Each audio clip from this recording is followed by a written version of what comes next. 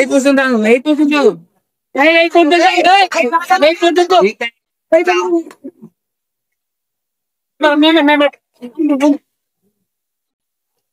তোমরা যে দাবিটা করছো কি নিয়ে করছো দাবিটা?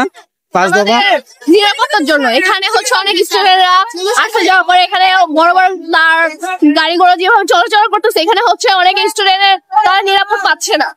তার জন্য আমাদের একটা জাস্টিস হচ্ছে যে আমাদের যে গতকালকে রাতে যে স্টুডেন্টরা মারা গেছে বা যার এই ঘটনা হয়েছে তার বিচার চাই করে। আমাদের যে প্রাঙ্গণে যে স্টুডেন্ট গুলো আছে তাদের একটা নিরাপদ, আমরা এখানে নিরাপদ সড়ক চাই।